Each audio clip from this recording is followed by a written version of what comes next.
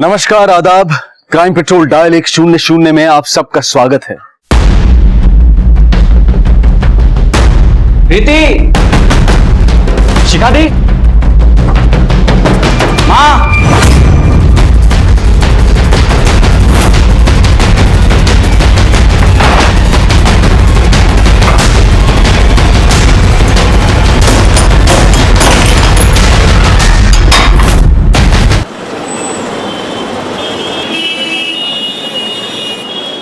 ये कैसी बातें कर रहे हो तुम लोग? भाग गए क्या? देखो, देखो मुझे तुम्हारी ये बकवास नहीं सुननी है। मुझे मेरा बेटा चाहिए बस। मुझे अच्छी तरह से पता है कि सनी तुम्हारे ही पास है। तुम्हारे मेरे बीच में जो भी हुआ सो हुआ, लेकिन मुझे और परेशान करना बंद कर दो, समझे? और चुपचाप मेरा सनी लौटा दो मुझे। मैं तुम्हें आखिरी मौका दे रहा हूँ, बता दो सनी कहाँ है, नहीं तो मुझसे बुरा कोई नहीं होगा। देखो, मेरा गुस्सा मेरे बेटे सनी पर मत निकालो, समझे? तो मुझे चुपचाप मेरा बेटा लौटा दो, नहीं तो मुझे मजबूरन पुलिस स्टेशन जाना पड़ेगा। जाओ पुलिस के पास जाओ, जो करना है करो, लेकिन एक बार पुलिस इन्वॉल्व हो गई तो तुम्हारे लिए अच्छा नहीं होगा।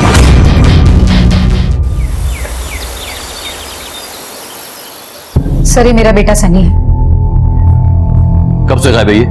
सर, कल सुबह से गायब है। पूरी रात इसे ढूंढ लिया, मोहल्ले में पूछताछ कर ली, दोस्तों को फोन करके पूछ लिया, लेकिन इसका कुछ पता नहीं चला। आपको किसी पे शक? सर, सिर्फ शक नहीं है, मुझे पूरा यकीन है कि मेरा बेटा महेश के पास है। ये महेश कौन है? सर, महेश मेरे पति हैं। एक हफ्ते पहले मैंने उन्हें छोड़ दिया था, अभी अपनी माँ के घर रह रही। सर, महेश मुझे फोन कर करके सनी से मिलने के लिए बार बार परेशान कर रहा था, इसलिए कल स्कूल के बाद मैंने सनी को महेश के पास भेज दिया था। 9 बजे सनी को लौट आना था घर, लेकिन अब तक नहीं लौटा। तुमने महेश को फोन किया, उससे बात की? हाँ सर, मैंने फोन किया था महेश को, लेकिन वो कह रहा है कि सनी उसके पास नहीं है। सर, वो झूठ बोल रहा है। मुझे पक्का यकीन है कि सनी उसी के पास है, उसी ने उसे कहीं छिपाया है। मैं क्यों छुपाऊं सर? बल्कि शिखा ने उसे छुपाया होगा और मुझ पर इल्जाम ले रही है। हाँ साहब, मेरा बेटा पूरी रात परेशान था, बल्कि वो अभी पुलिस स्टेशन जाके रिपोर्ट दर्ज करवाने ही वाला था। जब से ये शिखा घर छोड़कर चली गई है ना, तब से सनी को देखने के लिए हमारी आंखें तरस रही है। पर ऐसा हुआ क्या जो शिखा सनी को लेकर चली गई? साहब, वो तो झगड़ालू औरत है। उस दिन कुछ ज्यादा ही झगड़ा हो गया और उसे घर छोड़ के जाने का मौका मिल गया। सनी जी पापा, बेटा थोड़ा नमक लेकर। मम्मा, पापा को नमक चाहिए, खाने में नमक कम है। शिखा, ये क्या है? पागल हो गई हो क्या? बस, तुम्हारी ये आदत है ना, सनी को दिन लेट उबेंगी। अरे जब देखो तब उसे पढ़ाई के बाद डिस्टर्ब करते रहती हो तुम। चल सनी, हर बात पे लड़ती थी। मुझे तो लगता है कि उसे घर छोड़ के जाने का बहाना ही चाहिए था। कब हुआ ये साहब अभी 20 अप्रैल। तो तुम्हें शक है कि कोई उसे अगवा कर सकता है? शक नहीं है सर, यकीन है। मुझे यकीन है कि शिखा ने सनी को कहीं छुपा के रखा है। परिवार हमारी जिंदगी का एक अहम हिस्सा होता है। इसका हर रिश्ता हमारे व्यक्तित्व को एक रूप देता है, और रिश्तों की बनावट, उनसे जुड़े सुख दुख हमारी जिंदगी का आईना होते हैं। लेकिन कभी कभी जिंदगी को संवारने संभालने में कुछ ऐसे हादसे हो जाते हैं जो कईयों की जिंदगी के रुख बदल देते हैं, अपराध का भयानक रूप ले लेते हैं।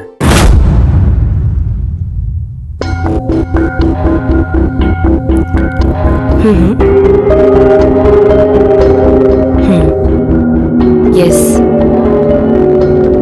हाँ, तुमने तो कहा था कि काम पूरा होने पर पूरे पैसे मिल जाएंगे। अब अपनी जुबान से क्यों मुकर रहे हो तुम? बाकी की इंफॉर्मेशन तब मिलेगी जब मुझे मेरे पूरे पैसे मिल जाएंगे, ठीक है ना? सुनो, घर पे पुलिस आई हुई है, तो मुझे फोन मत करना, मैं खुद तुम्हें फोन करूंगी, ठीक है ना? सर, 15 साल की लव मैरिज में एक दिन भी मेरी बेटी को वो महेश सुख नहीं दे पाया। बड़े बड़े वादे करके शादी तो कर ली उसने, लेकिन मेरी बेटी और नाती की जिंदगी बर्बाद करके रख दी। सर, केबल टीवी का बिजनेस है उसका, ना तो अच्छे पैसे कमाता है, ना ही बिजनेस को बढ़ोतरी कर रहा है। मेरी बहन ने काफी कोशिश की कि उसे अकल आ जाए, लेकिन वो है कि लड़ने के बहाने ढूंढता रहता है। सर, हमारे झगड़ों का असर हमारे बेटे सनी पर हो रहा था। उस दिन भी जब सनी का रिजल्ट आया तो वो एक बार फिर एग्जाम में फेल हो गया था, लेकिन इससे महेश को कोई फर्क नहीं पड़ता था। उस दिन मैंने सोच लिया कि अगर आज मैंने कोई कदम नहीं उठाया तो मेरे बेटे का भविष्य भी उसके बाप की तरह हो जाएगा। इसलिए मैंने उस दिन महेश को डिवोर्स देने का फैसला लिया।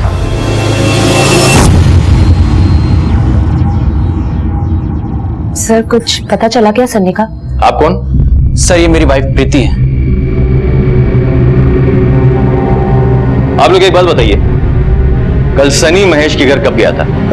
सर मैं खुद छोड़ने गया था शाम को 5 बजे, उसके स्कूल से आने के बाद। सुनियो, 2-3 घंटे बाद आता हूं तुझे लेने को। ओके नानी। जा।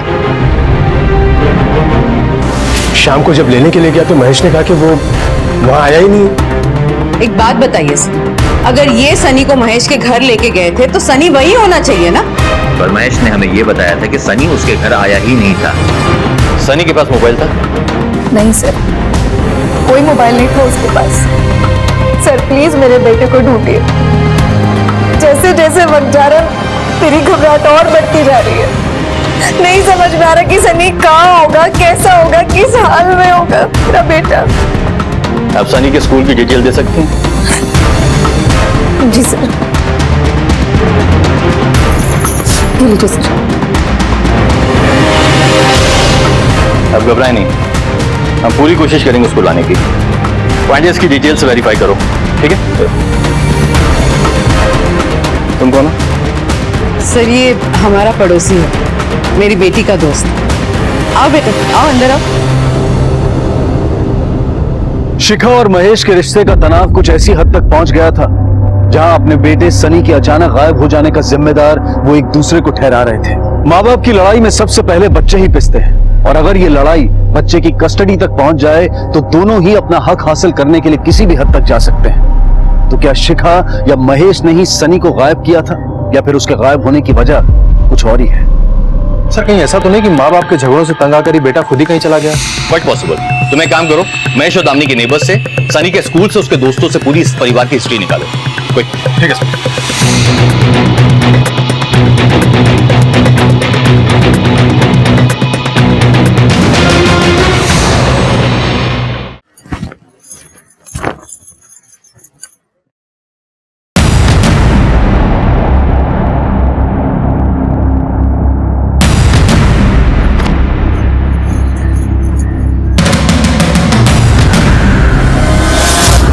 क्या है? क्या चाहिए? 500 रुपए चाहिए थे बस। क्यों? आजकल एक बोतल में मन नहीं भरता? नहीं नहीं, कसम से ऐसा नहीं है। वो असल में दांत टूट गया ना एक, तो वो डेंटिस्ट के पास जाना था, दुख रहा है बहुत वो ये। खूब जानते हो तुम्हारे दांत का नहीं दर्द। नहीं, सच्ची सच्ची बोल रहा हूँ मैं।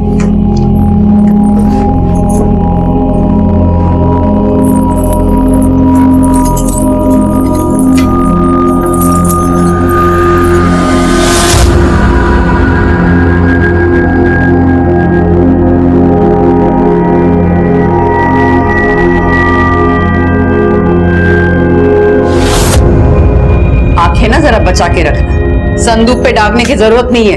अरे नहीं, मैं तो ऐसे ही वो। मिल गए ना पैसे? जाओ।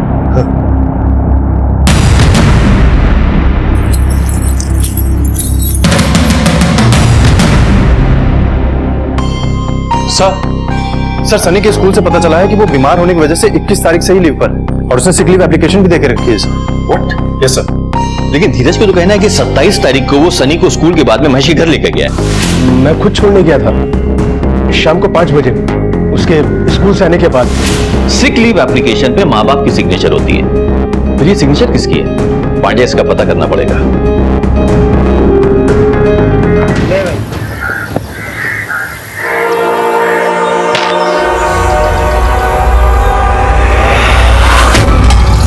सर ये देखिए, ये हैंडराइटिंग सनी की है। और ये सिग्नेचर?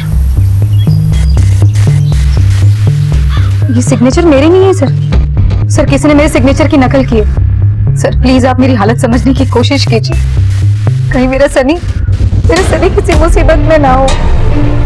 ठीक है, चलो।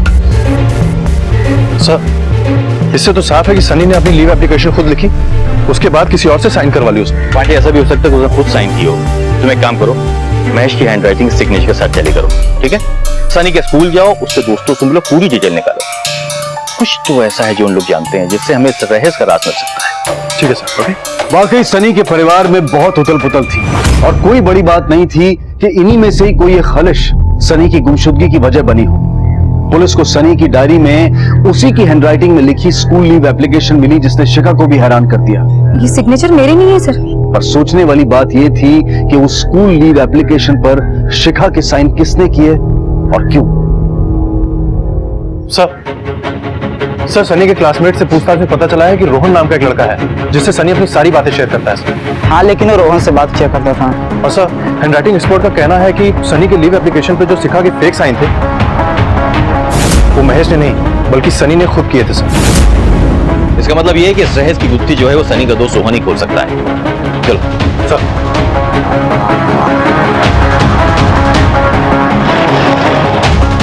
सनी का है? सर मुझे नहीं मालूम सनी का है। मम्मी मैं ट्यूशन के लिए चलता हूँ। एक मिनट इधर आओ। देखो, मुझे अच्छी तरह से मालूम है कि तुमको मालूम है कि सनी कहाँ है। सच में नहीं मालूम सर मुझे सनी का। पता है तुम्हें? हाँ, आखिरी बात पूछ रहा हूं। मैंने कहा ना कुछ नहीं होगा। सर वो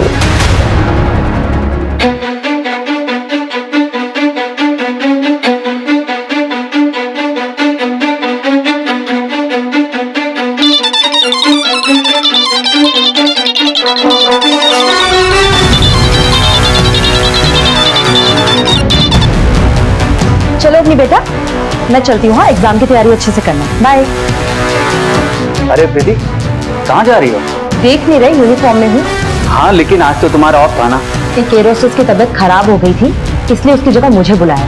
प्रीति, तुम्हें मालूम है ना अपनी के एग्जाम चल रहे हैं। एटलीस्ट अब तो रिप्लेसमेंट ड्यूटी मना कर सकती हो ना। कर सकती हूँ ना, अगर तुम्हारी कमाई अच्छी होती तो। एक मेडिकल रिप्रेजेंटेटिव की जॉब से ना दिल्ली जैसे शहर में अपनी बेटी का फ्यूचर सिक्योर नहीं कर सकते, और ना ही हम दोनों का फ्यूचर सिक्योर होगा। जब तक वो तुम्हारी फार्मेसी की दुकान खुलेगी ना, तब तक ना तो मैं कमाने लायक बचूंगी, ना ही तुम। बस करो, जब देखो मुझे ताने मारती रहती हो। निकम्मा नहीं हूं मैं। तो शुक्र करो कि इस घर में टिकी हुई अब तक मैं। अगर तुम्हारी बहन की तरह होती ना, तो अब तक ये घर उजड़ चुका होता। अब हटो, मुझे देर हो रही है। जितना भी कमा दो सफिशिएंट है हमारे लिए। सनी, सनी, सनी बच्चे, तू पागल हो गया? हाँ, यहाँ क्या कर रहा है? मम्मा कितना परेशान हो गई थी, पता है तुझे ढूंढते ढूंढते। चल अपने घर चल। कौन सा घर? बेटा सनी, 5 दिनों से आप स्कूल नहीं जा रहे हो। 1 हफ्ते से अपना घर छोड़कर तुम यहाँ पर पड़े हुए हो। क्या वजह है इसकी? सर मेरे मम्मी पापा हमेशा लड़ते रहते थे। मम्मी को पापा नहीं चाहिए थे, लेकिन मुझे मम्मी पापा दोनों के साथ रहना था। सर अगर मैं पापा के घर जाता तो मम्मी और नानी मुझे वहां से लेकर आ जाते। सर इसीलिए भागकर मैं यहाँ पर आ गया।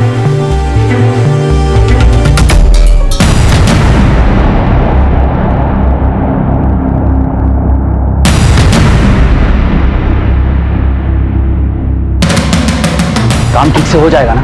आज तक कोई दिक्कत आई है क्या? और ज्यादा परेशान होने की जरूरत नहीं। आज से अपनी सारी परेशानी मुझ पे छोड़ रहे। और अब तो तूने पैसे भी दे दिए। समझ तेरा काम हो लिया। चल।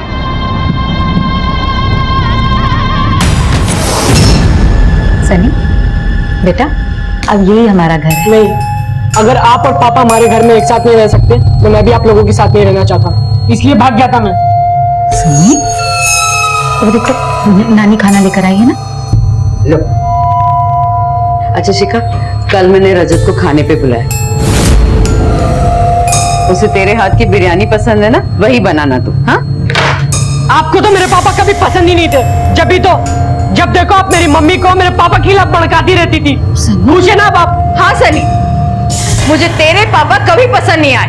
अगर शिखा जिद नहीं करती ना तो अब तक वो रजत के साथ खुश रहती, लेकिन अब मैं उसकी जिंदगी बसा कर रहूंगी और उसके लिए मुझे तेरी रजामंदी की कोई जरूरत नहीं है, समझा? मम्मी आप क्या कहती है कि ये हमारा घर है?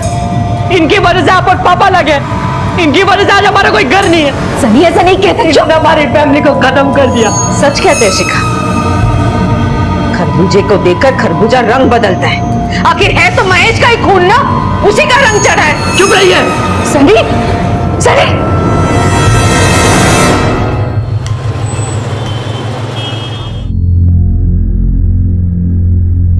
माँ, माँ, प्रीति, प्रीति,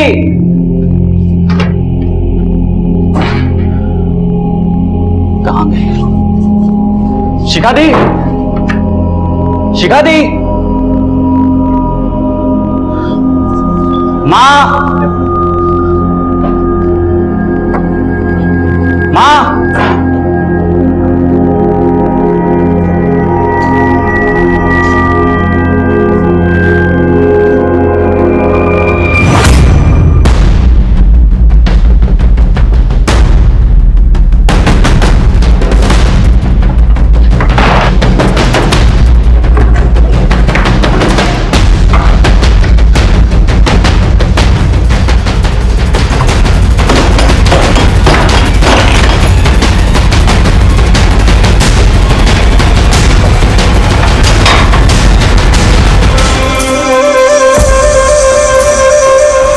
शिखा दीदी, माँ,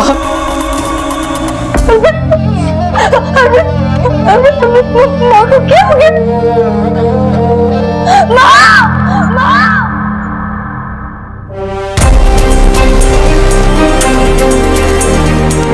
आनंद, यस सर। संदूक पे जितने भी फिंगरप्रिंट से चेक करो। Okay sir. Vijay, yes sir. पूरे घर की तलाशी लो। Okay sir. इस घर में सबसे पहले लाश किसने देखी? सर मैंने देखी थी। कब देखी? 4:15 के आसपास मैं ऑफिस से आया था, घर में कोई नहीं था और दरवाजा भी खुला था। तूने संदूक क्यों खोला? सवाल कर रहा हूं मैं। सर वो घर खाली देख के तेरी नीयत बिगड़ गई है। एक बात याद रखना, बगैर हमें बताए इस शहर को छोड़ के जाना नहीं। जाओ, फिंगरप्रिंट्स दो। आप दिन भर कहाँ थी? जी रजत के साथ थी। 4:30 बजे घर वापस आ गई थी। मैं तो ट्रेनिंग के लिए ऑफिस गई हुई थी, तो 5 बजे घर वापस लौटी हूँ। मैं 4:45 तक स्कूल से आई थी। घर पे सिर्फ पापा और शिखा बुआ थे। सर मैं तो यहीं आस पड़ोस में था, फिर शिखा का फोन आया कि दामिनी के साथ ये 5:15 5:30 बजे तक मैं इधर आ गया। सर स्कूल के बाद मैं पापा के साथ था और 6 बजे तक मैं यहाँ पहुँच गया। किसी ने दामिनी जी का बेरहमी के साथ में कत्ल किया, उनके पैसे और उनके जेवरात लेकर भाग गया। कमाल की बात तो ये है, घर में आने के लिए ना तो ही उसने दरवाजा तोड़ा और ना ही खिड़की से जबरदस्ती गाया। इससे साफ जाहिर होता है कि या तो उसके पास में डुप्लीकेट चाबी थी या फिर दामिनी जी ने उसको आने की दावत दी थी घर में।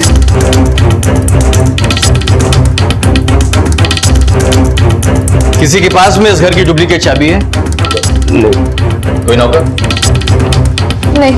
संदूक में कितने पैसे थे? 15-20 लाख तो थे ही। आपको किसी पे शक है? मुझे महेश पे शक है सर। वो मतलब दोनों की बनती नहीं थी। सनी, सनी को आज हम खाना खिलाएंगे, है ना सनी? मेरे हाथ से खाओ। अरे सनी बेटा सुनो। सनी, सनी बेटा, पापा, कैसा है तू? ठीक तो है?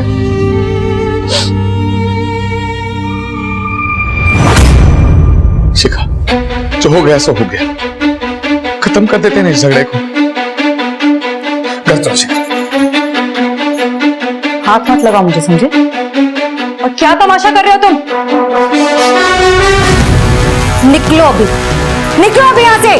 शिखा, मैं तमाशा करूं? मैं तुम्हें घर लेने, चलो घर चलो, घर चलो। उसने कहा है ना, अब जाओ, जाओ यहाँ से। अब प्लीज बीच में मत बोलिए प्लीज। देखो महेश, तमाशा करके कोई फायदा नहीं होगा। तुम चुप बैठो।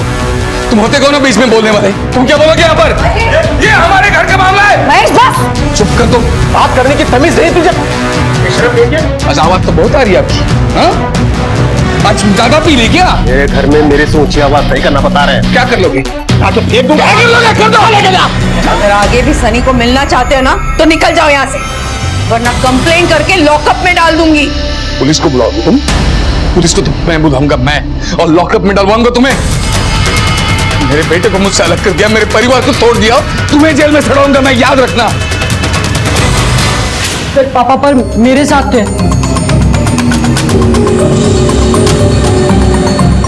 महेश के पास घर की चाबी थी? नहीं सर, वो तो सनी के पास थी।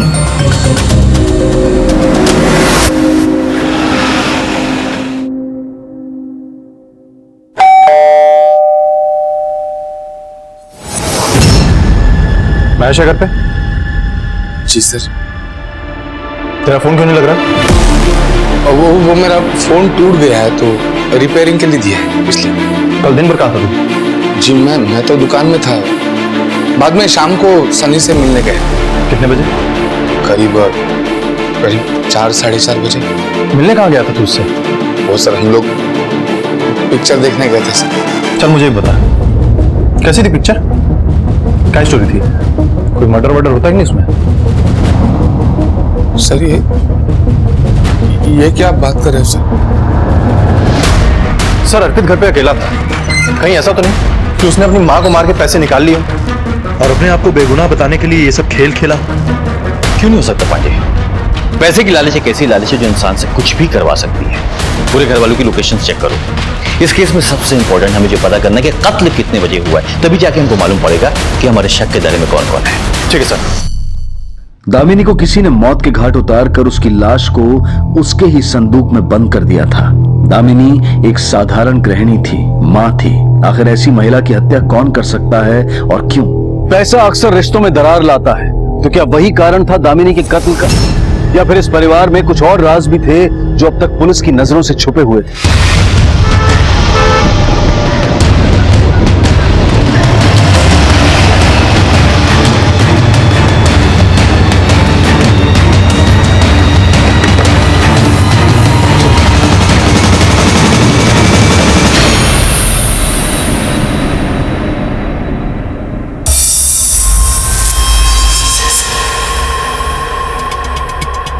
सर पोस्टमार्टम रिपोर्ट के मुताबिक दामिनी की मौत सर पे गहरी चोट लगने की वजह से हुई है। दीवार के सैंपल्स में भी दामिनी का खून मिला है सर। इसका मतलब ये हुआ कि दामिनी का सर किसी ने जोर से नुकीली चीज पे मारा है।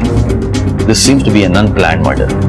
पांडे, कातिल ना तो कोई हथियार लेकर आया और ना ही ये सोच के आया कि मर्डर करने के बाद में वो बॉडी को कहां छिपाएगा।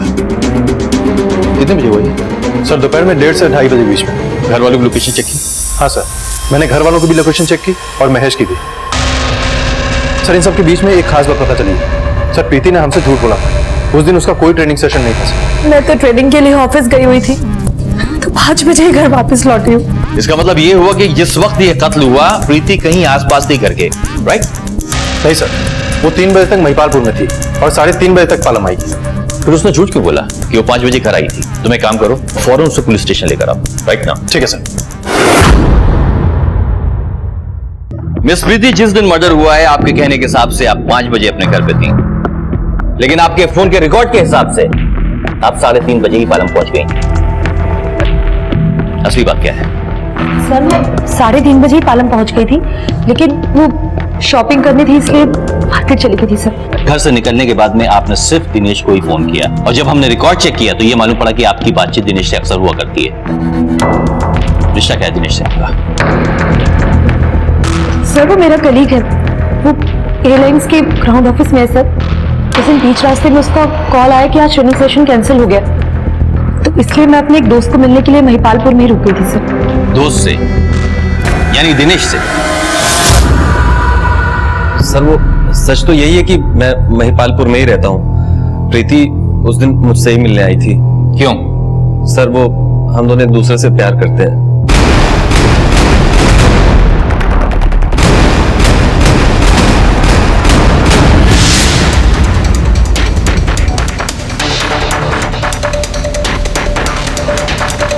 देख उसका घर।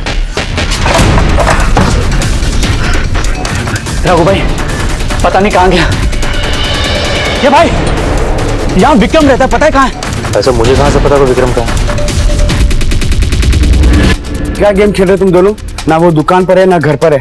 मुझे मेरे पैसे चाहिए, मुझे पूरे 5 लाख रुपए चाहिए मेरे। अगर नहीं दिया ना तो देख ले तेरा क्या हाल करता हूं। आ जाते कहां कहां से। Sir sir sir sir sir मुझे बचा लीजिए सर, वो मुझे मार डालेगा सर। हाँ साहब, इससे पहले भी वो अपने लफंगे दोस्तों से मिलकर मुझे पिटवा चुका है, लेकिन मैं चुप रहा साहब। घर का बच्चा है, सोचा नाम लूंगा तो बदनामी हो जाएगी, लेकिन इस बार तो उसने हद कर दी साहब। खुद भी आया और मुझे मार डालने की धमकी दी। सनी को मैं संभाल लूंगा, लेकिन एक बात बता, ये हमारे पास फिंगरप्रिंट्स की रिपोर्ट है। अर्पित और दामिनी की उंगलियों के निशान के अलावा संदूक पे तेरी भी उंगलियों के निशान है। ये माजा क्या है? हो सकता है ना साहब, मेरी बीवी का संदूक है, मेरे कमरे में है, तो हाथ लगता रहता है ना साहब, निशान तो होगा ना। पुलिस को बेवकूफ समझता है। अच्छा हुआ तू यहाँ पर आ गया, वरना हम खुद तुझे उठाने वाले थे। जितना सवाल किया गया उसका जवाब दे, सच सच सब कुछ बता दे। मारना नहीं, मैं बताता हूँ साहब। वो संदूक से गहने और पैसे मैंने ही चुराए थे।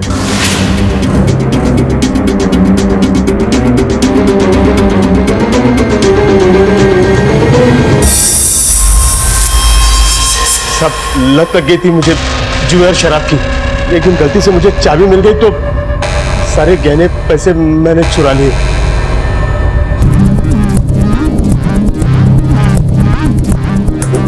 मैंने चोरी की है, लेकिन साहब खून मैंने नहीं किया। तूने गहने और पैसे कब चुराए थे? 4 तारीख की सुबह को, लेकिन उस वक्त दामिनी जिंदा थी साहब। सर कितनी अजीब बात है, अगर धीरज ने मर्डर के एक दिन पहले ही संदूक का सारा माल साफ कर दिया था, तो आखिर दामिनी का मर्डर कोई क्यों करेगा? अजय, ऐसा नहीं कि चोर मर्डर नहीं कर सकता, चोर मर्डर भी कर सकता है, लेकिन उसको सलाखों के पीछे डालने के लिए हमारे पास में पुख्ता सबूत चाहिए। लेकिन सर ऐसा भी तो हो सकता है ना कि ये धीरज सच कह रहा हो सकता है कि उसने सिर्फ चोरी की हो और खून किसी और ने, किसी ऐसे आदमी ने जिसको पैसों की सख्त जरूरत थी। तुम एक काम करिए, धीरज है ना, इसके साथ साथ में अर्पित पे भी नजर रखो। Yes sir. हो सकता है इस कांड में बाप बेटों की मिली भगत हो। सर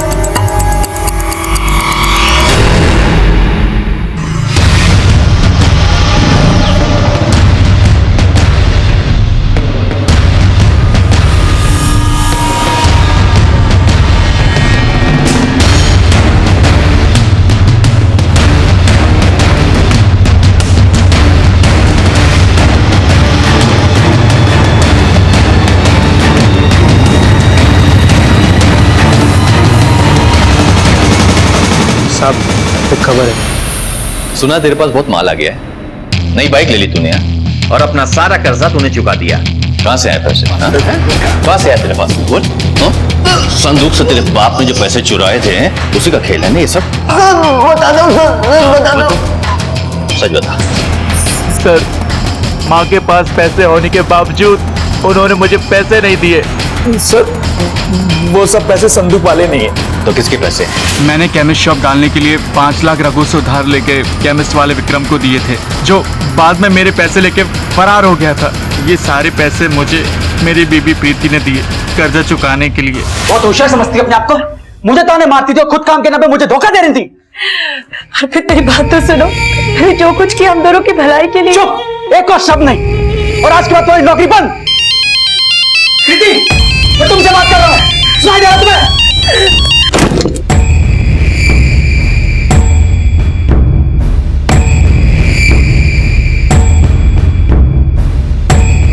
ये इतने सारे पैसे तुम्हारे पास कहां से आए? कहीं तुमने ही तो नहीं मारा माँ को? अर्पित ये कैसी बातें कर रहे हैं, मैं क्यों माँ को मारूंगी? लेकिन ये पैसे तो वो ये तो बस अपनी का सोच के पुलिस को नहीं बता रहा हूं। दादी खो चुकी है, नहीं चाहता कि माँ भी खो जाए।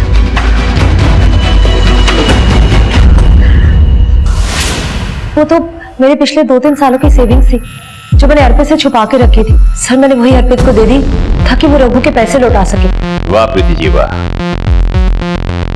ये क्यों नहीं कहती कि अपने धोखेबाजी को छुपाने का मुआवजा दिया था तुमने अपने पति को, और तुम्हारे बेशर्म पति ने बड़े गर्व के साथ उस पैसे को रख भी लिया। नहीं सर, मैं सच कह रही हूँ सर, ऐसा ही था।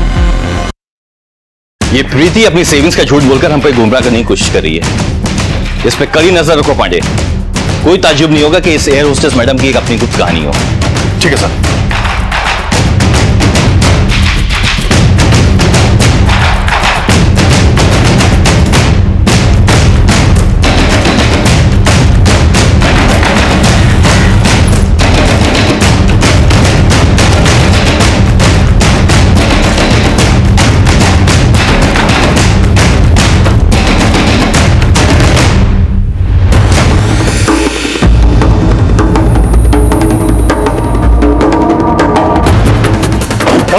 दीजिए मुझे। मेरी बात चलो।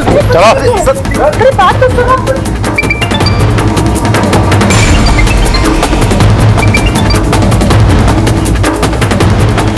क्या? इधर आ।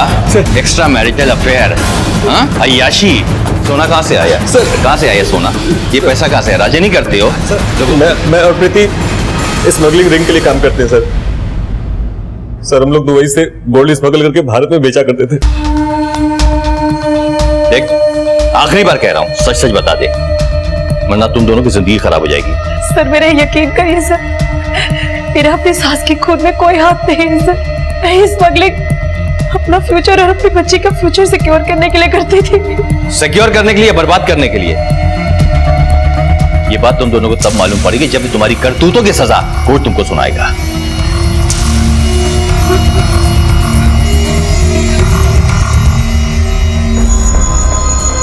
मैं महेश ये कबूल करता हूं कि मैंने अपनी सास दामिनी का खून किया और इस शर्मिंदगी की वजह से मैं खुदकुशी कर रहा हूं। वाकई में इस परिवार और इससे जुड़े हादसों की गुत्थी उलझती जा रही थी। महेश की आत्महत्या ने पुलिस को हैरान कर दिया था। दामिनी को मारने की वजह तो उसके पास थी। मेरे बेटे को मुझसे अलग कर दिया, मेरे परिवार को तोड़ दिया, तुम्हें जेल में सड़ाऊंगा मैं, याद रखना। क्या वाकई महेश ने सुसाइड किया था या फिर किसी और वजह से उसने अपनी जान ली थी? पुलिस को यह केस अब काफी घुमावदार लगने लगा था और उन्होंने तय कर लिया कि वो इस जुर्म की जड़ों को खोद निकालेंगे।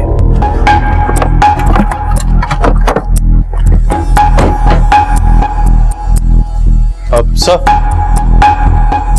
सर महेश का मर्डर हो गया। यस सर मैं उस लोकेशन पे भी गया था और ये सुसाइड नोट महेश की जेब से मिला है सर। और सर मैंने उस एरिया के आसपास के सीसीटीवी फुटेज भी मंगा लिए, वो मेरे पास ही है सर। पुलिस ने उस इलाके के सारे सीसीटीवी फुटेज खंगाले तो उन्हें एक चौंका देने वाला सच पता चला। सर ये तो मार्को से जंगल में फेंक दिया था सर। किसके लिए मारा तुमने? सर प्रीति के लिए सर, प्रीति के लिए, प्रीति के लिए सर।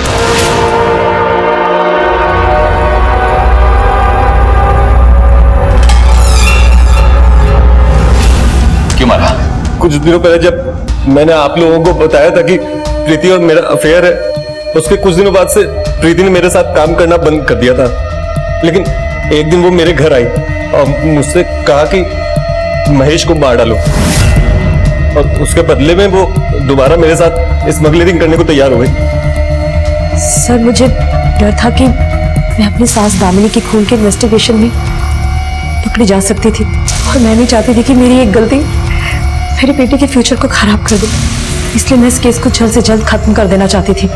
पर तूने महेश को ही क्यों मारा? सर महेश मेरी सास दामिनी से नफरत करता था। उस दिन तो उसने घर पर आके उन्हें धमकी भी दी थी और महेश से ना तो मेरा कोई डायरेक्ट कनेक्शन था और ना ही कोई लगाव। और दामिनी क्यों मारा? सर अर्पित कर्ज में डूबा हुआ था, वो उसको एक पैसा तक नहीं देती थी और उसकी वजह से मुझे गलत काम करने पड़ रहे थे। पर मर्डर के टाइम तुम्हारी फोन की लोकेशन जो थी वो महिपालपुर थी। सर मैं दिनेश को 1 बजे मिली थी। मैंने अपना फोन दिनेश को दे दिया ताकि सबको लगे मैं महिपालपुर में।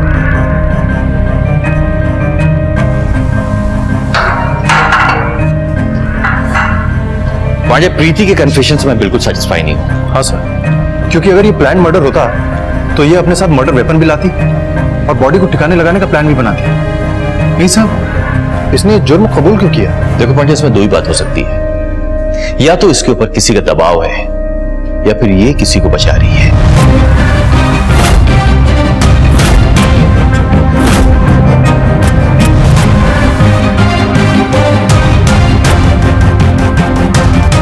सर, दादी को मम्मी ने नहीं, मैंने मारा था। हाँ हाँ ठीक है। अच्छा सुनो, ट्रेनिंग सेशन है, बोल के निकल रही हूँ, इसलिए घर वापस जल्दी लौटना पड़ेगा। तुम मुझे जल्दी फ्री कर देना। हाँ बाय। किससे बात कर रही थी? किसी से नहीं, काम के बारे में बात कर रही थी। रुक! काम के बहाने किससे मिलने जाती है खूब जानती हूँ मैं। देख, ये आवारागर्दी करना छोड़ दे तू। मैं कोई आवारागर्दी नहीं कर रही हूँ, अपने काम पर जा रही हूँ। ये जो कुछ भी हो रहा है ना, आपकी वजह से हो रहा है। आप पैसों पर कुंडली जो मारकर बैठी हुई हैं। अगर मैं अर्पित को बताऊंगी ना तो धक्के मार के इस घर से बाहर निकाल देगा वो तुझे। आपने जिसको बताना है बता दीजिए, मुझे किसी का डर नहीं है। प्रीति, प्रीति रुक! अभी फोन करती हूँ अर्पित को। दादी फोन मत कीजिए प्लीज, दादी फोन मत कीजिए। छोड़ दादी, मेरे मम्मी पापा को अलग मत कीजिए। दादी मैं नहीं छोड़। निकलना नहीं हूं मैं। तो शुक्र करो कि इस घर में टिकी हुई अब तक मैं। अगर तुम्हारी बहन की तरह होती ना तो अब तक ये घर उजड़ चुका होता। मैं मम्मी पापा के साथ रहना चाहती थी, लेकिन दादी उन्हें भी अलग कर देती। मैं दादी को मारना नहीं चाहती थी, मैं बस सबके साथ रहना चाहती थी। फिर क्या हुआ? तुमने मम्मी को फोन किया? हाँ, माँ ने दादी की लाश को संदूक में छुपा दिया और खून के दाग मिटा दिए। फिर हम दोनों वहां से चले गए। मेरी मम्मी ने कुछ नहीं किया। प्लीज उन्हें छोड़ दो अंकल, प्लीज। मुझे डर था कि अगर ये तहकीकात ऐसे ही चलती रही तो आप एक दिन अपने तक भी पहुंच जाएंगे, इसलिए मैंने महेश को मरवा दिया। माँ बाप के किए गए काले करतूत उनके बच्चों का भविष्य खराब कर देते हैं। अगर आपको किसी तरह की प्रॉब्लम थी, आप हमारे पास में आती, पुलिस के पास में आती, उसकी मदद लेती, लेकिन आपने ऐसा नहीं किया। आपने वो किया जो कानून के खिलाफ था, इसलिए आपको सजा तो मिलेगी। परिवार हम सब की जिंदगी का अटूट हिस्सा होता है और यहीं पर हमारी सोच, हमारे सिद्धांत, हमारे लक्ष्य की नींव पड़ती है।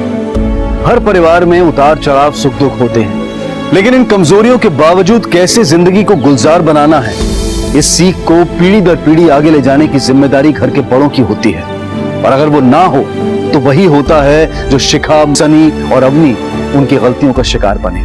कई बार घर के बड़े अपनी उलझनों में भूल जाते हैं कि बच्चों पर उनकी हर बात का असर पड़ता है, और जब तक इस बात का एहसास होता है तब तक बहुत देर हो चुकी होती है। जिंदगी कोई चक्रव्यूह नहीं है, बल्कि एक बहुत ही सरल खेल है जिसे हम अपने अहंकार से उलझा देते हैं। अगर थोड़ी सूझबूझ, थोड़ा सब्र और थोड़ी सोच बदली जाए तो जिंदगी अपना रुख बदल सकती है। जरूरी है कि हम एक सतर्क और जिम्मेदार इंसान बने ताकि हमारी गलतियों का भुगतान हमारे बच्चे ना करें। देखते हैं हमारे आज के एपिसोड की दूसरी कहानी।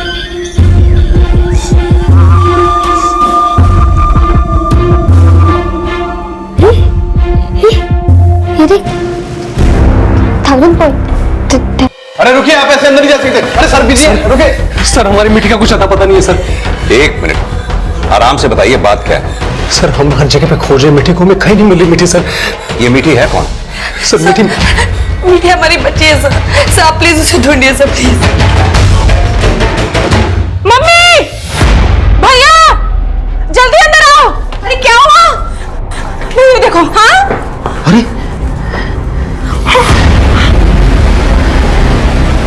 सर, हमने रोज की तरह उसे नहलाया, तैयार किया और फिर सुला दिया। उसको सुलाते सुलाते कब हमारी आंख लगे हमें पता ही नहीं चला। जब हम उठे तो मीठी मीठी। सर हम गलती से घर का दरवाजा बंद करना भूल गए। सर पता नहीं हमारी बच्ची कहाँ है, कौन हमारी बच्ची को ले गया। प्लीज हमारी बच्ची को ढूंढिए ना, हमें बहुत डर लग रहा है। पता नहीं भास्कर इसे कब उठा लाया, इसकी सांस भी नहीं चल रही है, लगता है मर गई है। दीपक तू ही बता क्या करें। राजेंद्र भैया, आप हमारी माने तो आप सीधा पुलिस के पास जाएं और पुलिस को सब सच बता दें। हाँ भैया, दीपक जी सही कह रहे हैं। अरे क्या सही कह रहे हैं? बड़ी आई पति के हाँ में हाँ मिलाने वाली। माँ, पर आपके पास इसके अलावा और चारा क्या है? देख, हम सब चारा निकालेंगे, बस तुम इस बारे में किसी से बात मत करना। और तुम अभी के अभी सामान पैक करो और दीपक के पास आसाम चली जाओ। अरे जाओ ना, निकलो। और तुम क्या बड़े होकर के हर वक्त छोटे से सलाह मांगते रहते हो? पर दीपक तो सही सलाह दे रहा है ना माँ। अच्छा, क्या सही कह रहा था? क्या कहेंगे हम पुलिस से कि भास्कर इसे यहाँ उठा लाया और खेली खेल में मार दिया? तो पुलिस पापा भी मीठी के साथ चलो। मम्मी इसके ले जाओ। बहुत अंदर तुमसे मीठी के पास यहाँ मत आने देना। एक बच्चा नहीं समझता तुमसे, लेकिन ऐसे ऐसे भास्कर के साथ मीठी के साथ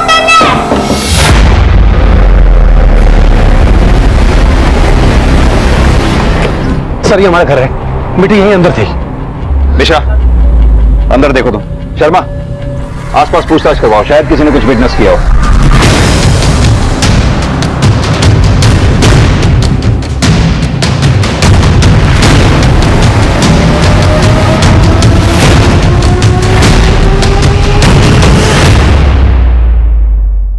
साहब अक्सर हमारी दुकान दोपहर में बंद रहती है, लेकिन दोपहर दुकान बंद करते समय हमने विक्रम के घर से किसी को आते जाते नहीं देखा। पक्का किसी को आते जाते नहीं देखा? नहीं साहब, नहीं देखा हमने। ठीक है, अगर कुछ भी याद आए या पता चले हमें जरूर बताना। ठीक है साहब। सरोज, तुम आ जाके उन घरों में और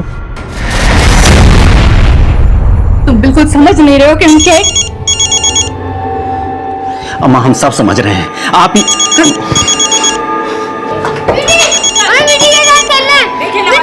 गर्मा जी, अभी हम थोड़ा बिजी हैं, आपसे थोड़ी देर में बात करें? सॉरी राजेंद्र जी, हमने आपको डिस्टर्ब किया। वो हमने ये पूछने के लिए फोन किया था कि आपको सूट कैसा लगा। आप संभालो। ये पीछे आवाजें कैसी है? सब ठीक तो है ना? ले जाओ इसे। एक्चुअली गर्मा जी, वो घर में थोड़ा सा हम पर यहाँ मुसीबतों का पहाड़ गिर पड़ा है और तुम अपनी मंगेतर के साथ बतिया रहे हो। आप ही के कहने पे हम इस उम्र में घोड़ी पे चढ़ रहे हैं और आप हो कि हमें। अच्छा, अगर पहले ही चढ़ जाते ना तो भास्कर को मां मिल जाती और वो ये सब ना करता जो उसने अब किया है। माँ, ये सब उसने बचपने में किया है, और अगर हम पुलिस के पास नहीं जाएंगे बताने के लिए तो सब के सब फंसेंगे। और क्यों अपने पैरों पे कुल्हाड़ी मार रहा है? शैलेश जी, आप हमारे जवाई हैं, आप ही बताइए हम क्या करें। अब हम क्या बोले? मम्मी किनसे पूछ रही हो आप? ये तो सीधा पुलिस के पास ही जाएंगे। इन्हें तो मौका मिल गया हम सबको बदनाम करने का। तुम हमेशा उल्टा ही क्यों सोचती हो? माँ, आपको जो ठीक लगता है ना वही कीजिए, हम आपके साथ हैं। ये तो हमारे बच्चे को लेके जा रहे हैं, ये हमारे बच्चे। कौन हो सकता है? सर समझ नहीं आ रहा कि कौन हो सकता है ये। सर, अभी भी हनुमान चौक के बीच चौकी से फोन आया था। इस आदमी को अपनी बाइक पे हनुमान चौक के एक सीसीटीवी कैमरा में कैप्चर किया गया। इसके साथ कोई बच्चा नहीं था, लेकिन इसके कंधे पे एक बैग था। हो सकता है उसने मीठी को उस बैग में रखा। उस सीसीटीवी कैमरा के फुटेज को मंगा लिया। सर, हनुमान चौक हनुमान नगर में है ना? सर, वहां मेरे पहले पति का घर है।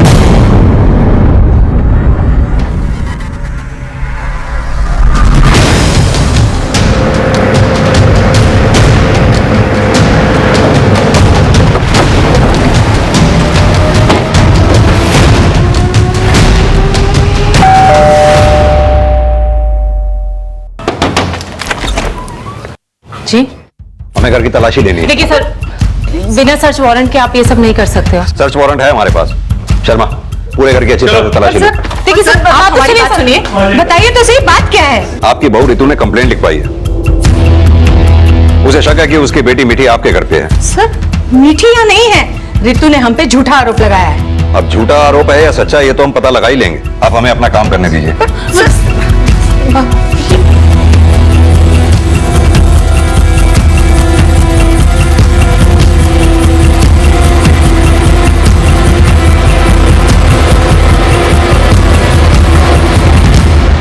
सर, हम आपसे कह रहे हैं, यहाँ आपको कुछ नहीं मिलेगा। मीठी नहीं है यहाँ पे। सर, घर में मीठी और कोई भी छोटा बच्चा नहीं है, लेकिन ये बच्चों का डायपर है, वो भी यूज्ड।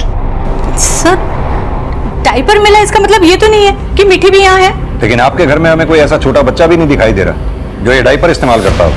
हाँ सर, पर रितु यहाँ अक्सर आती है भास्कर से मिलने, और मीठी भी उसके साथ होती है। वही छोड़ गई होगी।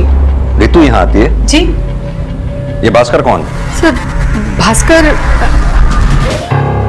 ये रितु और राजेंद्र का बेटा है, और इसी से मिलने रितु यहाँ आए दिन आती रहती है।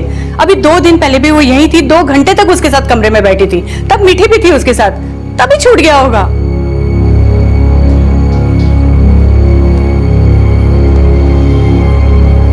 भास्कर बेटा, ये फोटो ध्यान से देखो। ये मीठी ही है ना? क्या आज ये यहाँ आई थी? आपने देखा इसको? देखो बेटा, अगर तुमसे कोई भी पूछे ना मीठी के बारे में तो किसी को मत बताना कि तुम मीठी को यहाँ लाए थे। हाँ, क्योंकि अगर तुमने किसी को बताया ना कि मीठी यहाँ थी तो तुम्हारी मम्मी की तरह तुम्हारे पापा भी दूर हो जाएंगे।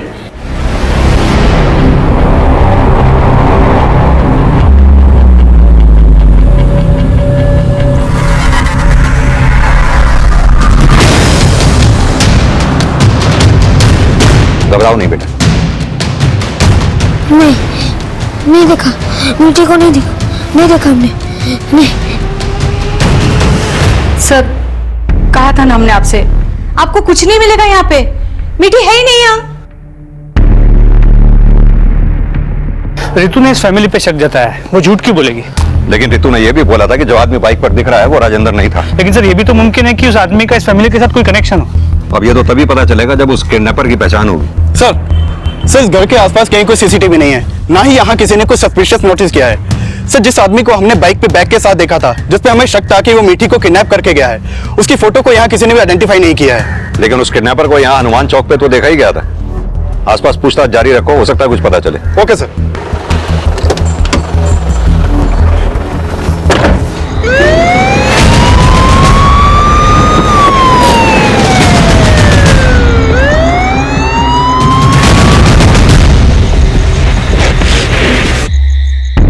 नजदीक एक डंपिंग ग्राउंड से मिली। मिठी की हत्या दम घुटने से हुई, लेकिन यह हत्या किसने और किस इरादे से की थी, यह पुलिस के लिए भी एक रहस्य बन गया था।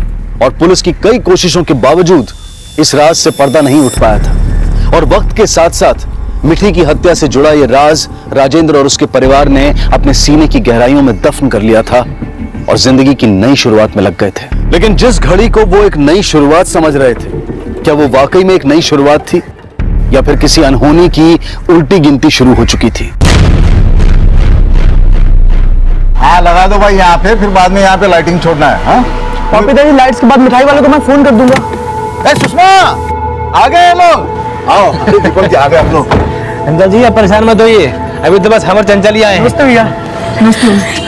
खुश। वो चाचा जी एक्चुअली हम लोग सीधा आसाम से आ रहे हैं। माँ जी ने कहा था कि हम लोग एयरपोर्ट से डायरेक्टली यहीं पहुंच जाएं, तो हम लोग यहीं आ गए। तो राजेंद्र जी कब तक आएंगे? जी भैया से हमारी एयरपोर्ट पे बात हुई थी, तो निकलने ही वाले थे, आने वाले होंगे वो भी। हाँ हाँ दीपक, हम लोग निकल रहे हैं। हाँ बोल दो उन लोग को, बस 1 घंटे पहुंचने वाले हैं। हाँ भैया ठीक है, लेकिन आपने अपनी सेल्फी नहीं भेजी हमें अब तक। हाँ भेजता हूँ, तू टेंशन मत ले। अरे ये फोटो। अरे राम कहाँ रह गया? राम, अरे भाई ए राम इधर आओ। अरे भाई जब देखो फोन पे ही बतियाते रहते हो, आ जाओ जरा ये फोटो खींचो फटाफट। घर से फोन आ गया। कोई बात नहीं, चलो लीजिए चलो आप लोग गाड़ी में बैठो, आइए आ जाओ फटाफट बैठिए। साहब जी 1 मिनट। हाँ जल्दी बात करके आओ। ठीक। अरे सब लोग कितने अच्छे लग रहे हैं, है ना? लेकिन निशा दीदी नहीं दिख रही इसमें।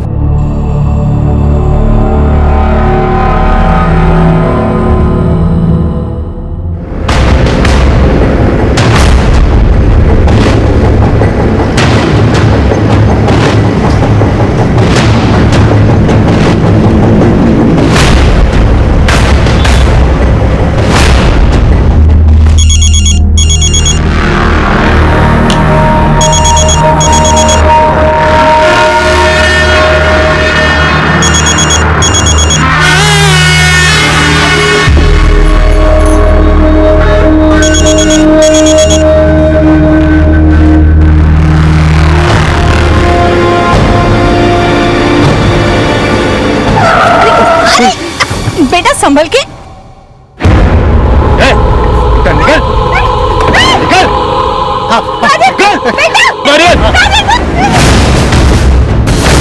आप जिस नंबर को डायल कर रहे हैं वो इस समय स्विच ऑफ है। क्या हुआ दीपक जी, किसी से बात हुई क्या? नहीं मम्मी का फोन लग रहा है, नहीं भैया का, नहीं शैलेश जी का। एक काम कीजिए ना, निशा दीदी का नंबर लगा लीजिए। नहीं उनकी तबीयत खराब थी तो वो घर ही रुक गई हैं। दीपक जी क्या हुआ, कुछ बात हुई उनसे? जी बात तो नहीं हो पाई है, हमें लगता है शायद वो रास्ता भटक गए होंगे। हम देख के आते हैं। हाँ? आते हैं।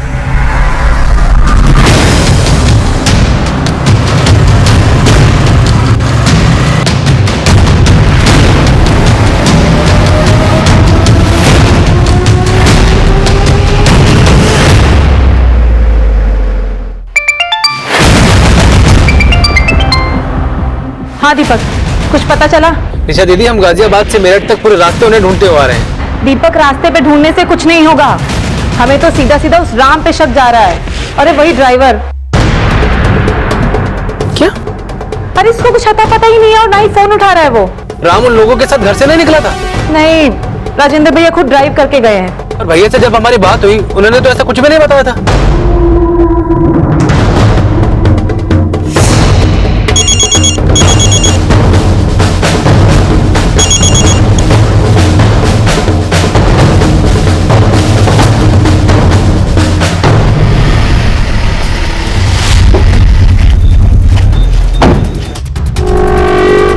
नाम बताया आपने अपने भाई का? राजेंद्र शर्मा। आपका भाई राजेंद्र और आपकी माँ कमला हनुमान नगर में रहते हैं? जी सर।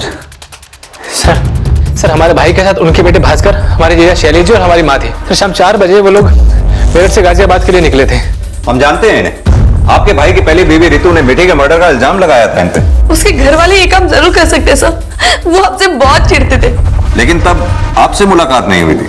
हम मिलिट्री में है सर, फिलहाल आसाम में पोस्टिंग है। सर प्लीज हमारे भाई को ढूंढिए जल्दी।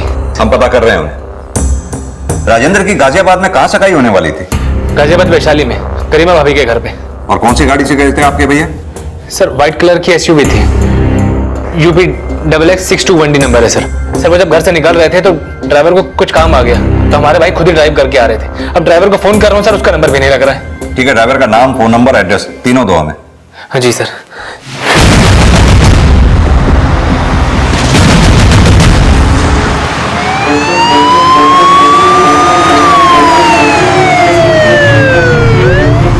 हेलो सर, ड्राइवर रामबिष्ट के घर पे तो ताला लगा है। मैंने उसके पड़ोसियों से पूछताछ की, उन्होंने बताया कि रामबिष्ट का तो पता नहीं, लेकिन उसकी बीवी अपने बच्चे को लेकर जल्दबाजी में कहीं निकली है। हो सकता है राम का अपनी फैमिली के साथ गायब होने का प्लान हो। ये पता करो ये लोग कहाँ हो सकते हैं, और राम की बीवी का फोन नंबर भी पता करो। Okay sir. मेरठ से गाजियाबाद के बीच हर सिग्नल, हर बीट चौकी पर उन तक पहुंचने के सिरे ढूंढ रही थी। और इसी दौरान राजेंद्र का ड्राइवर राम बिष्ट मेरठ के एक सरकारी अस्पताल से गिरफ्तार कर लिया गया। कहाँ चला गया था? हमारी बेटी की तबीयत अचानक खराब हो गई थी साहब, इसलिए हॉस्पिटल चले गए थे साहब। ये लो, दीपक फिर से मजाक कर रहा है। साहब जी, हमारी बेटी की तबीयत बहुत बिगड़ गई है, हमारी बीवी उसको लेकर हॉस्पिटल गई है, हमको भी जाना पड़ेगा। कोई बात नहीं, तुम टेंशन मत लो, मैं खुद ही गाड़ी चला लूंगा। धन्यवाद साहब। एक काम करो, पैसे रख लो, और डॉक्टर क्या बोलता है बताना। जी बहुत बहुत धन्यवाद साहब जी। तूने अपना फोन क्यों बंद कर रखा था? साहब हमारा फोन चार्ज नहीं था साहब, उसकी बैटरी खत्म हो गई थी। लेकिन हम आपको एक बात बताना चाहते हैं साहब। क्या बात? शाम को 2 लोग बाइक से बार बार घर का चक्कर लगा रहे थे। लीजिए लीजिए, चलो आप लोग गाड़ी में बैठो। आइए। किसके घर का? हरिंदर साहब का। कौन थे वो बाइक वाले? साहब वो लोग हेलमेट लगाए हुए थे, हम उनका चेहरा नहीं देख पाए और गाड़ी का नंबर भी नहीं देख पाए साहब, लेकिन हमको लग रहा था कि वो लोग घर पर नजर रखे हुए थे। तो तूने ये बात अपने साहब राजेंद्र को क्यों नहीं बताई? साहब अपनी बेटी की बीमारी को सुन के घबरा गए थे साहब, इसलिए हमको जल्दी जल्दी बताने का ध्यान नहीं रहा था साहब। कुछ छुपा तो नहीं रहा ना हमसे? नहीं साहब, कुछ भी नहीं छुपा रहे साहब। ये ड्राइवर राम के कॉल रिकॉर्ड्स निकालो, इसकी आज की सारी एक्टिविटीज पता करो। हो सकता है इसका हॉस्पिटल जाना अपनी एलिबाई खड़ी करने की कोशिश हो। जी सर। सर राजेंद्र की गाड़ी आश्रम मेरठ से मोदी नगर गाजियाबाद रोड की तरफ आते हुए 2 सिग्नल की सीसीटीवी में कैप्चर हुई है। ये उसकी फुटेज। ये देखिए सर, 2 बाइक सवार लगातार राजेंद्र की गाड़ी का पीछा कर रहे हैं। हाँ साहब, यही दोनों थे। उस दिन ये बार बार घर के चक्कर लगा रहे थे। दोनों बाइकर्स ने हेलमेट पहने हैं, लेकिन दोनों बाइक्स के नंबर विजिबल नहीं। पता करो ये बाइक्स किसके नाम पे रजिस्टर्ड है।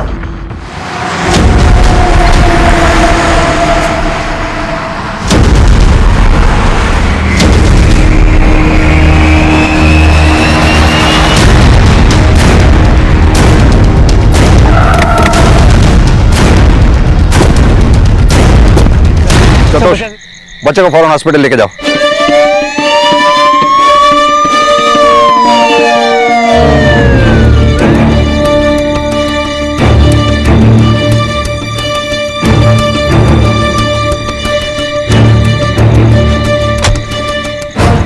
सर गाड़ी में कोई क्लू नहीं मिला, समझ में नहीं आ रहा किसने किया होगा। फॉरेंसिक टीम का क्या अपडेट है? Sir on the way.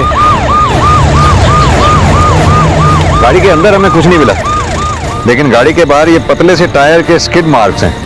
देखने से ऐसा लगता है किसी स्कूटर या बाइक ने इस गाड़ी को रोकने की कोशिश की है। सर क्या ये वो बाइकर्स हो सकते हैं जो गाड़ी का पीछा कर रहे थे?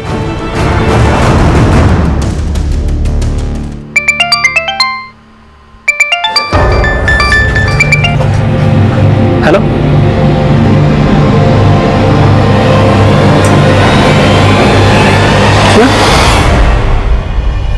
क्या हुआ?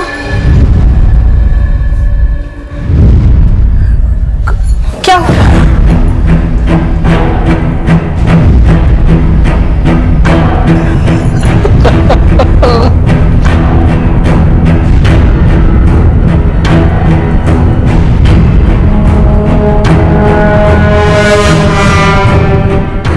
राजेंद्र की मां और जीजा को बेरहमी से मार दिया गया, फिर भास्कर के साथ ये दया क्यों दिखाई गई? ये सवाल बहुत जल्द इस केस की दिशा बदलने वाला था। जिन बाइक्स पर हमलावर राजेंद्र की गाड़ी का पीछा कर रहे थे, पुलिस को वो बाइक्स गाजियाबाद नोएडा रोड पर मिली और ये पता चला कि ये दोनों बाइक्स इस हमले को अंजाम देने के लिए चोरी की गई थी। शर्मा, ये लोग जो भी थे प्रोफेशनल किलर थे। जरूर उन्होंने राजेंद्र के घर वालों को मारने की सुपारी ली होगी। लेकिन सर, घर वालों में राजेंद्र के भाई और बहन दीपक और निशा और दीपक की बीवी चंचल क्यों नहीं थी? मेरा मतलब है राजेंद्र अपनी सगाई के लिए जा रहा था, लेकिन निशा अपने घर पे बैठी हुई थी। दीपक और चंचल गाजियाबाद में गरिमा के घर पे थे। सर, दीपक और उसके परिवार वाले आए हैं, आपसे मिलना चाहते हैं। भेजो। सर, हम और चंचल आसाम से राजेंद्र भाई की सगाई के लिए आए थे। एयरपोर्ट पे उतरे तो माँ का फोन आया। माँ ने कहा आप सीधा गरिमा के घर चले जाएं। लेकिन आप तो मेरठ में ही थी, फिर आप अपने भाई की सगाई में क्यों नहीं जा रही थी?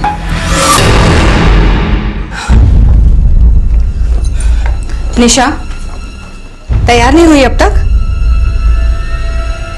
आपने शैलेश को क्यों बुलाया? बेटा, बड़े भाई की सगाई है तुम्हारी, जमाई को नहीं बुलाएंगे क्या? हाँ तो ठीक है, फिर उसके साथ ही जाओ, हम नहीं जा रहे। तुम पागल हो गई हो क्या? भाई की सगाई के दिन भी इस तरह से कलेश मचाओगी घर में? चलो उठो, जल्दी से तैयार हो जाओ। निशा। माँ अगर निशा को हमसे कोई प्रॉब्लम है तो हम वापस चले जाते हैं। नहीं नहीं शैलेश जी, इससे अगर नहीं चलना तो बेशक ना आए, आप हमारे साथ चलिए। क्यों गोंद की तरह चिपक गए हो हमारे साथ? हाँ, समझ में नहीं आता कि हम तुम्हें पसंद नहीं करते? निशा, जान क्यों नहीं छोड़ देते हमारी? तुमसे बात निशा, निशा, हमें कोई बात नहीं करनी। निशा। सर, उस दिन अचानक हमारी तबीयत खराब हो गई थी, इसलिए मम्मी ने बोला कि हम घर पर ही रुक जाएं।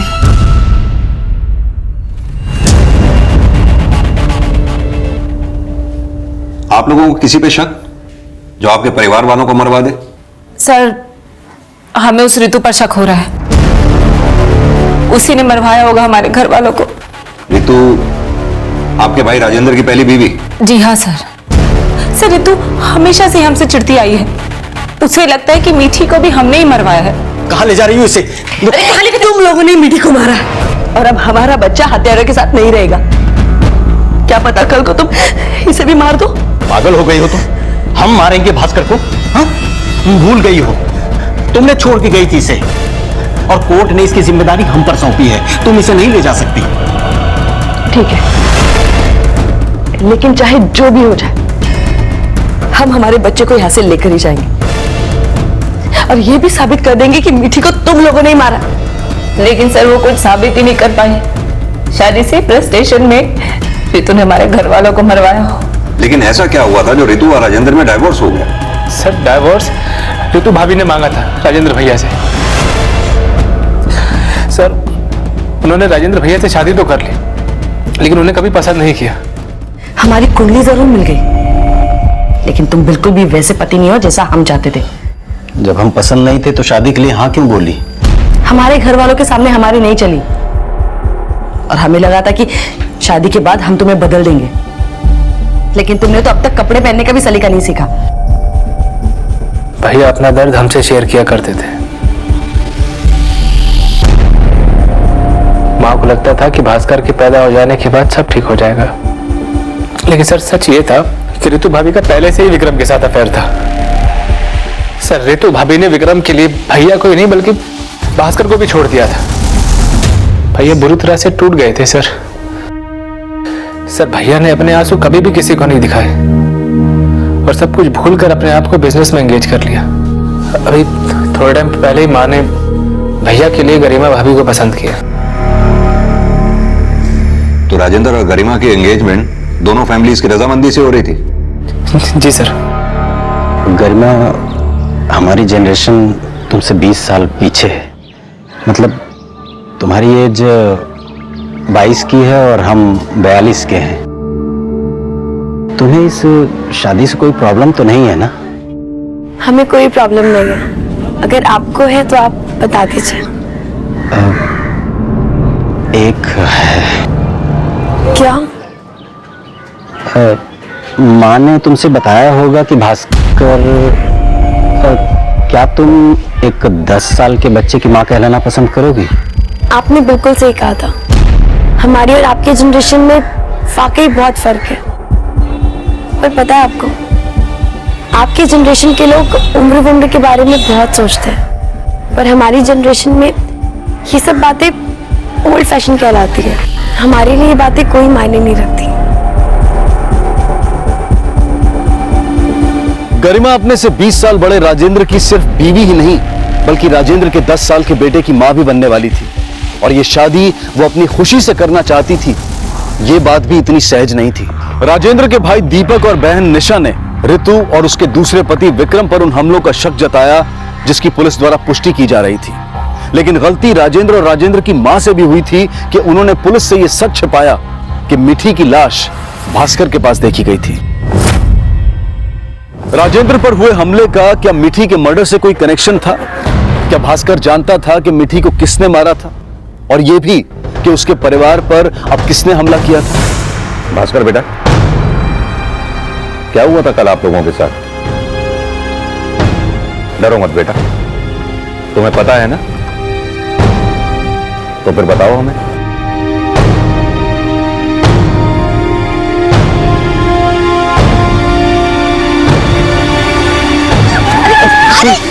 बेटा संभल के। दो बाइक वाले आके सबको मार दिया सबको। बहुत गंदे थे वो बहुत। बेटा, आपने देखा उन बाइक वालों को? हेलमेट पहना था उन्होंने,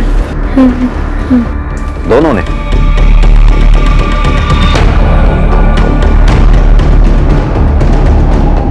मिठी के मर्डर के बाद रितु ने भास्कर को कई बार अपने साथ जबरदस्ती ले जाने की कोशिश की, और इस बात के गवाह तो राजेंद्र के पड़ोसी भी हैं। लेकिन शर्मा, यह भी सच है, रितु ने अपने बेटे भास्कर को पहले पति राजेंद्र के पास छोड़कर विक्रम से शादी की, और मिठी के मर्डर का इल्जाम राजेंद्र और उसके परिवार वालों पर लगाया। हो सकता है उसी ने यह सब बदला लेने के लिए किया, क्योंकि गौर करने वाली बात यह है कि हमले में राजेंद्र का पूरा परिवार मर गया, लेकिन सिर्फ भास्कर बच गया, जिसे रितु अपने साथ ले जाना चाहती थी। हो सकता है कि पूरी प्लानिंग रितु की है।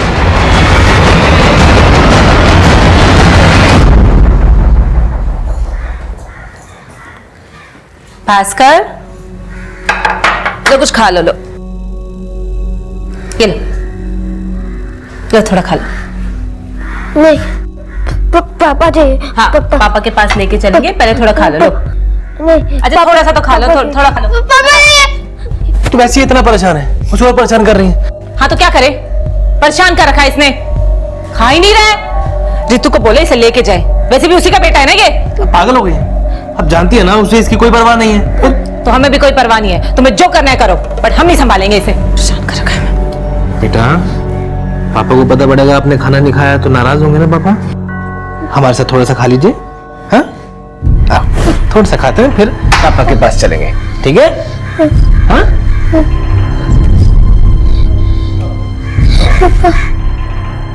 सर, हम मरते दम तक ये बात नहीं भूल सकते कि राजेंद्र के घर वालों ने हमारी मीठी को मारा था। लेकिन आप जैसा सोच रहे वैसा नहीं है सर, हमने वैसा कुछ नहीं किया। लेकिन राजेंद्र के घर वालों को मिठी को मरवा के मिला क्या?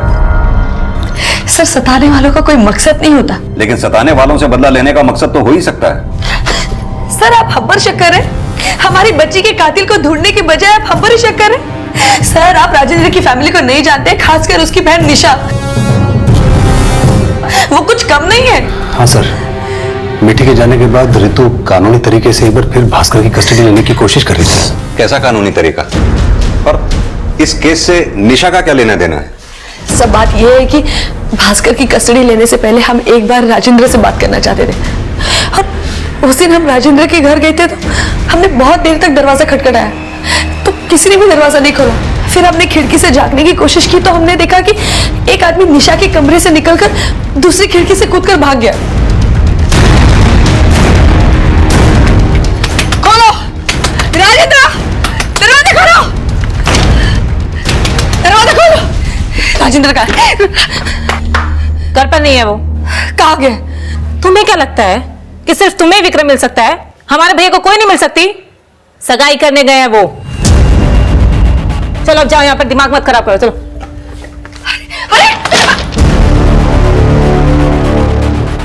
सर तभी हमें पहली बार पता चला कि राजेंद्र दूसरी शादी कर रहा था।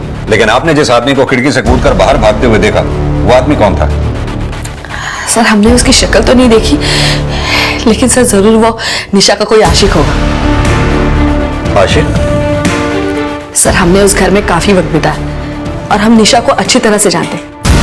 उसके अपने पति से बिल्कुल भी नहीं जमती थी, इसलिए वो हमेशा मायके में आके पड़ी रहती थी और माँ जी तो हमेशा उसका घर बसाने की कोशिश करती थी। सर हमें तो शक है कि निशा और उसके आशिक ने मिलकर ही शैलेश को मारने की कोशिश की हो और माँ जी और राजेंद्र बलि का बकरा बन गए हो। लेकिन भास्कर तो बच गया।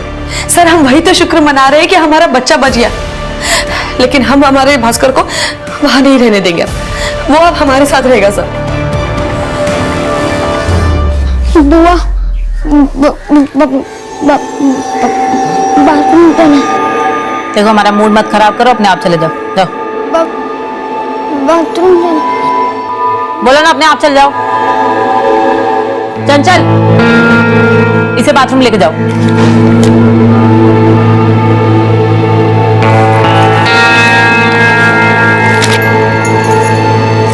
ये लो जाओ।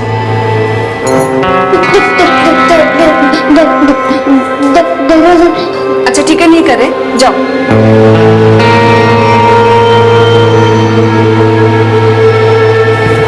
दीपक हम यहाँ नहीं रहना, वापस आसाम चलो। क्यों, क्या हुआ? और चंचल वैसे भी हम अभी नहीं जा सकते हैं। देखो निशा और भास्कर को हमारी जरूरत है। दीपक हमें भास्कर से कोई दिक्कत नहीं है, लेकिन वो निशा, उनकी आवभगत नहीं होती हमसे। एक बार हॉल में जाकर देखो कैसे बैठ करके आराम फरमा रही है वो। उन्हें देखकर कोई नहीं कहेगा कि माँ जी, भैया और अपने पति की मौत का फर्क पड़ता है उन्हें। बस हमें नहीं रहना यहाँ पे, हमें जाना है। देखो चंचल समझ।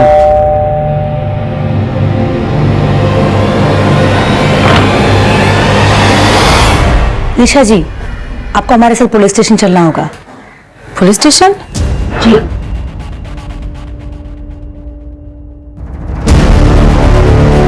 हाँ सर, उस दिन ऋतु घर पर आई थी जिस दिन राजेंद्र भैया सगाई के लिए गए थे। लेकिन ऋतु ने हमें बताया कि जब वो आपके यहाँ आई थी, उसने खिड़की से किसी को कूद के बाहर जाते हुए देखा था। कौन था वो? खिड़की से कूद कर किसी को देखा था? जी। जब हम राजेंद्र भैया को फोन लगा रहे थे, तभी हमने खिड़की से आवाज सुनी। जैसे ही हम खिड़की की तरफ बढ़े, तभी डोरबेल बज गई और हमने देखा कि ऋतु आई हुई है। दरवाजा खोलो। राजेंद्र का घर पर नहीं है वो। लेकिन ऋतु ने तो बोला वो तुम्हारा लवर था। सर उस ऋतु का दिमाग खराब हो गया है। कुछ छिपा तो नहीं रही ना आप हमसे? लेकिन सर निशा दीदी आपसे क्यों छुपाएंगे कुछ? लेकिन आपकी निशा दीदी ने ये बात हमें पहले बताई भी तो नहीं। सर हमने किसी को देखा थोड़ी ना था, हमें लगा कि हमारा वहम है। लेकिन सर अब लग रहा है कि शायद ऋतु ने ही भेजा हो। वहां वो मम्मी और भैया को मरवा रही होगी और यहाँ घर पर हमारा मर्डर करवाना चाहती हो। शर्मा, मान लो कि निशा ये सच कह रही है। उधर राजेंद्र और उसके घर वालों पे हमला हो रहा था और इधर निशा पे। सर क्या गारंटी कि निशा सच बोल रही है? ये निशा, ऋतु और विक्रम, तीनों के कॉल रिकॉर्ड्स दोबारा से चेक करो। तीनों पे नजर रखो। सर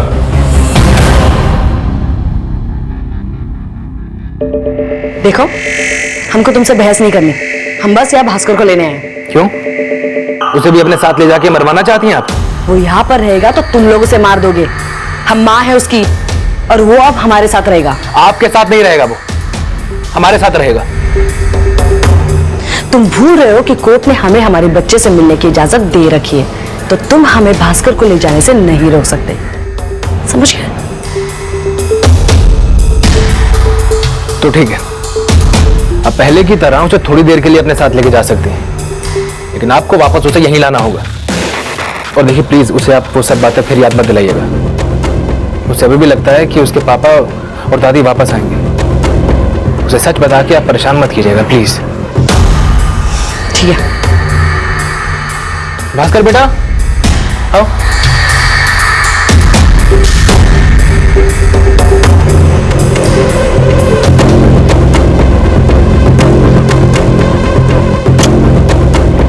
चलो।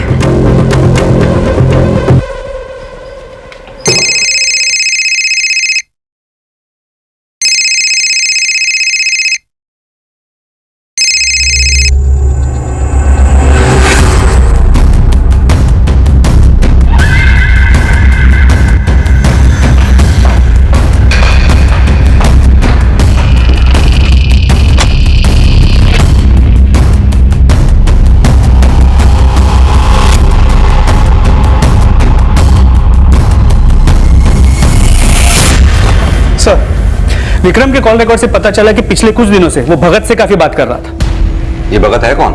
सर, एक हिस्ट्री शीटर है। इसे लोग शेरा के नाम से भी जानते हैं। 2 बार चोरी के लिए जेल भी जा चुका है। हो सकता है कि रितु और विक्रम ने इस कांड के लिए भगत को सुपारी दी हो। पता करो ये भगत इस वक्त होगा कहां, और ये रितु और विक्रम दोनों को लेके आओ। सर।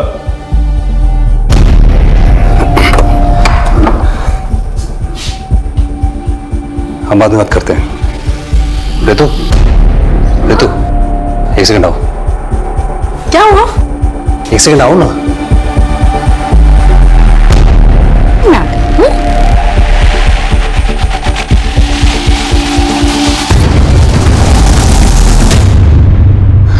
तुम भास्कर को यहाँ पे क्यों लेकर आई हो? विक्रम, कैसी बातें कर रहे हो? वो हमारा बच्चा है। हमारा बच्चा नहीं है, तुम्हारा बच्चा है। मीठी हमारी बच्ची थी जिसे इसके बाप उसके घर वालों ने। भास्कर, मिठी की किडनैपिंग और फिर हत्या से शुरू हुआ यह केस राजेंद्र की मां और जीजा शैलेश की हत्या के बाद अब भास्कर की किडनैपिंग से भी जुड़ गया। यह साफ था कि भास्कर मिठी के साथ हुए अपराध की लीड दे सकता था।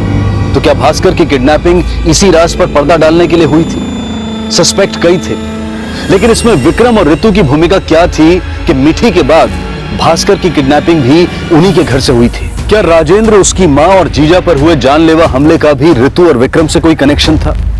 क्या वो वाकई में कोई साजिश कर रहे थे, या फिर वो खुद किसी साजिश का शिकार थे? इन सभी सवालों के जवाब के साथ कल इस केस के दूसरे और अंतिम भाग में आपसे फिर मुलाकात होगी। अब मैं अनूप सोनी आपसे विदा लेता हूं। तब तक अपना और अपने परिवार का ख्याल रखें और देखते रहें क्राइम पेट्रोल डायल 100। सबक एक को, सीख हम सबको। जय हिंद। इस तरह के और भी एपिसोड देखने के लिए हमारे चैनल को सब्सक्राइब करें और बेल आइकन दबाना ना भूलें।